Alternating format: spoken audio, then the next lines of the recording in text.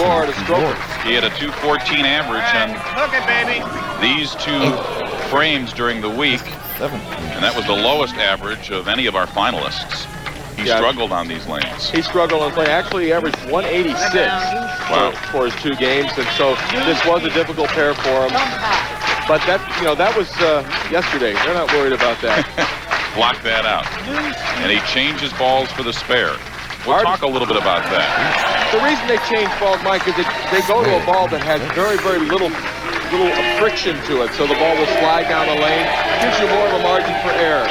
When I was talking to the PBA Hall of Famer Dick Weber this week, he was telling me that when he started bowling, that he would carry the same ball as Ricky Ward gets a strike in his first frame.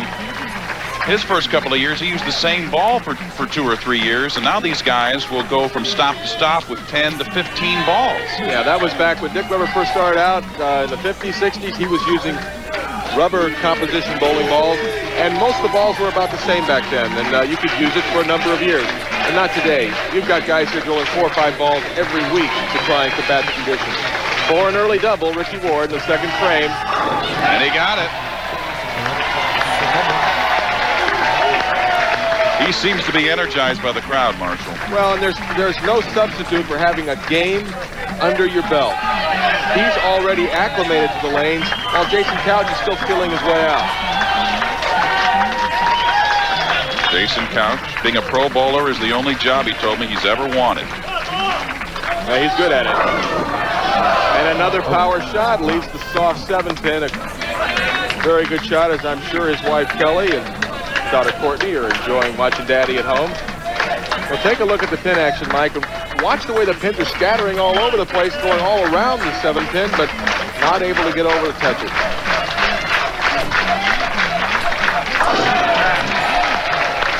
Jason Couch's dad bought a bowling center when he was 4 years old, and he said he grew up with 3 heroes: Earl Anthony, Mike Albee, and some guy named, let me think, Marshall Holman. Oh my gosh, I don't even know. Sounds vaguely familiar. I guess I'm going to have to start being a little nicer to Jason Couch. He's down 11. He's hit the pocket both times. Left the 7-pin. Now he leaves a solid 9, and there you see the power of a Jason Couch. Nice shot. Excellent shot. The ball showing absolutely no respect, as his ball rep, Brian Purcell, says, great shot. Watch the way this ball hooks through the 1-2 pocket and just totally avoids the 9-pin. He knows he threw a great shot. Doesn't feel very lucky right now. And he picked up the spare in the 3rd frame. Ricky Ward working on a double. Ricky Ward told me to get him in the right frame of mind for the TV finals, that he'll meditate, take a shower or a bath, close his eyes, think of good things, like a strike. Now you can see the different approaches that Ricky Ward and Jason Couch take. Jason Couch is a big hook, going way out and coming back in. Ricky Ward much more direct. Right now that direct route is getting the job done to the tune of every time he's hit the pocket, he's struck. Every time Jason Couch hit the pocket, he's got 9. 22-pin lead for Ricky Ward. Looking to stretch it to 32 with a strike here in the 4th frame.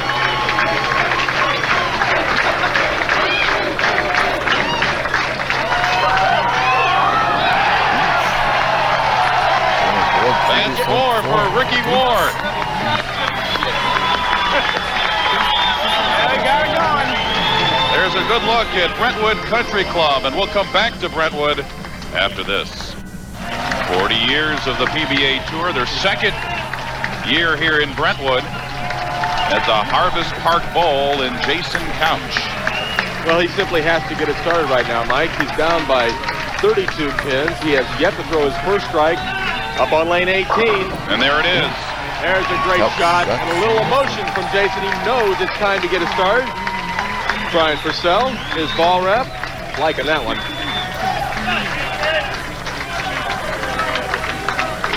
Once again, look at the power. See the way the 5-pin gets rifled into that 10-pin?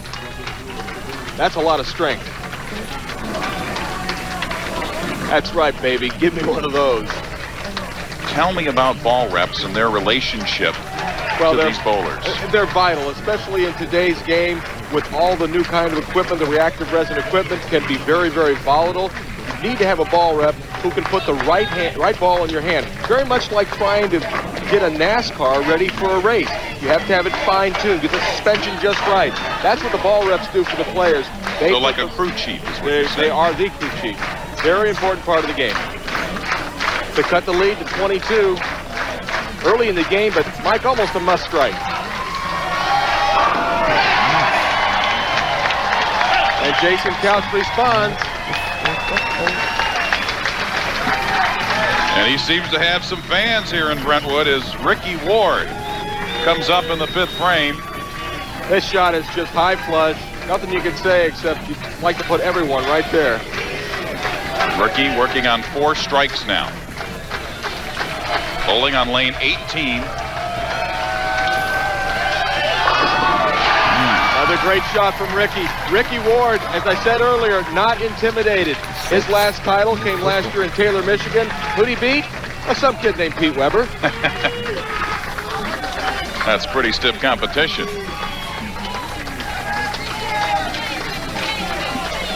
Sixth frame now for Ricky Ward. Each player allowed 2 re-racks during the game, and Mike, they've both used both their re-racks, and we're only in the 6th frame. No more re-racks allowed. It comes up a little bit high. Leaves a 6-pin. But Ricky Ward in command. After 5 straight strikes, he'll now try to spare here in the 6th. Spare in the 6th will keep him up by 31 pins, but Jason Couch has the opportunity to cut that to 11 if he can strike the next 2 shots.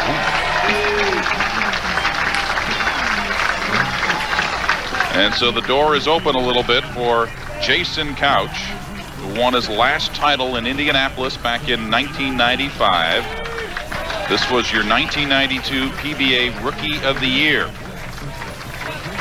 And Jason's bowling goals are to compete successfully on tour. I think he needs to raise them a little higher. He's doing that.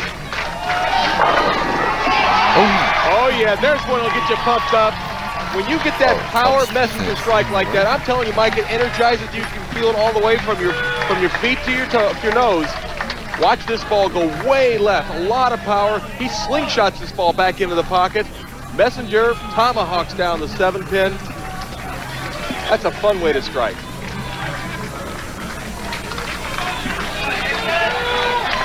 Jason Couch to the 7th frame, working on 3 strikes. Trying to get back into the match.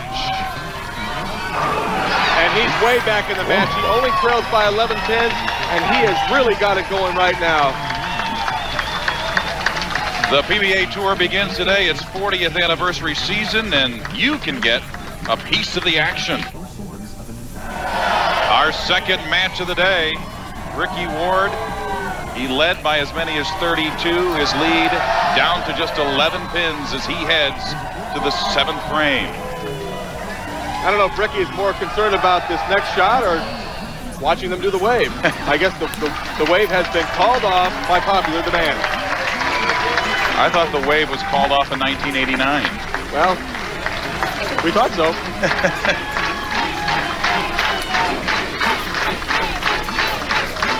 His lead down to 11 pins. Oh. Kicks out the 6th, but leaves the 8th. Now only a 10-pin match. We take a look. It looked like a good shot when he let it go, Mike, but it starts hooking a little bit early. Cuts through the heart just a bit. Fortunate to trip out the 6-pin, leaving the very, very simple 8-pin conversion. And no problem for Ricky Ward. A spare in the 7th. And Ricky Ward moves over to lane 17. Well, it once looked like a pretty easy match for Ricky, starting out with the first 5.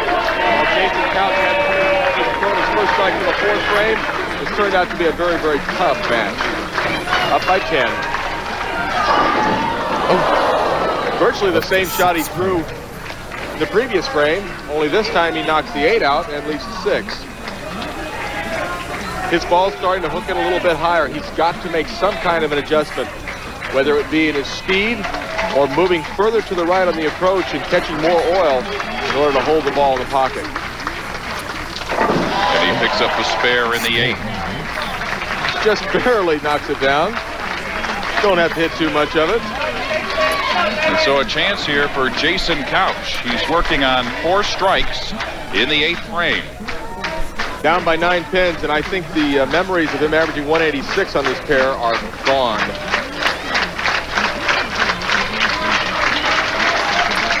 This Delaney's been coming a little bit light in. Another power Not shot. anymore. When Jason Couch gets it going, he's got as devastating a strike ball as anybody on tour, and he really is a lot of fun to watch. You'll take a look at this shot going over around the 4th arrow, drifting out to about 8 board. Watch the 4 take out that 7, and the reaction of a man who likes what he's doing. You mentioned his wife Kelly and his daughter Courtney watching back home. Kelly pregnant with their 2nd child, due in August. Chance to strike in the 9th frame to take the lead, and he does does it. indeed. Jason Couch.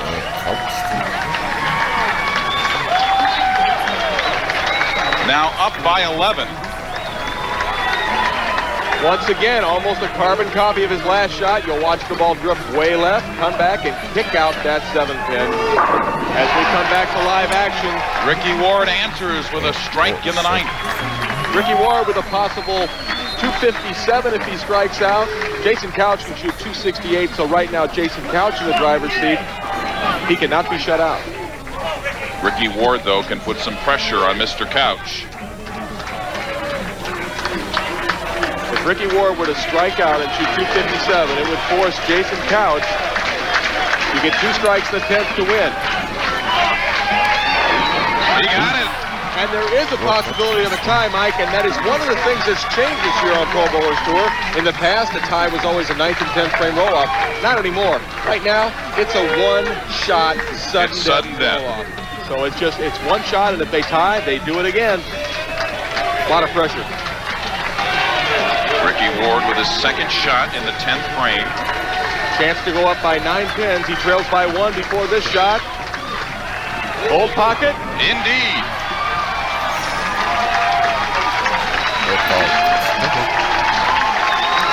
Ricky Ward was 3rd in this event last year. He finished 3rd. He's trying to climb the ladder here in 1998. Just a great shot, the 2nd ball in the 10th. Now this shot is very important. Right now, if he strikes, it'd be 257. That would force Jason Couch to strike, get 9 and a spare for a tie, or 2 strikes to win. Get them all, Ricky. He did.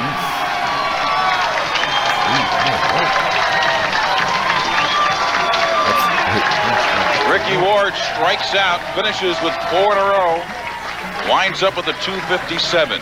Jason Couch, all the while, was looking down, not watching Ricky Ward throw his 4 strikes. Well, Jason Couch has 6 shots in a row. What does he do here in the 10th frame? He just tries to copycat what he's done in the 4th through the 9th. Going for 7 in a row. Got a hook. He got it. Look at that ball. Absolutely showing zero respect for the pins. And he just demolishes them. Watch the way, I just love watching this ball go way out and coming back in. This is going to be a light pocket shot. Get out of the way, Jason. Bang. 9 spare, a tie, a strike on this ball. Jason Couch will move on to bowl against Tom Baker. And if he strikes on this shot, he's going to come out of his shoes. He's really going to be happy. 2nd shot in the 10th frame. Anything less than 9, he loses. Less than 9. Did not get up. Did not make a good shot. Ricky Ward sitting on the bench, the recipient of an errant shot by Jason Couch. And what a sad way to finish for Jason. He bowled great, but the 2nd ball attempt, a little too fast. Didn't get the proper rotation. Man, what a battle. It's Ricky Ward to take on Tom Baker in our next match. What a terrific match. That's the next. Jason Couch finishing with a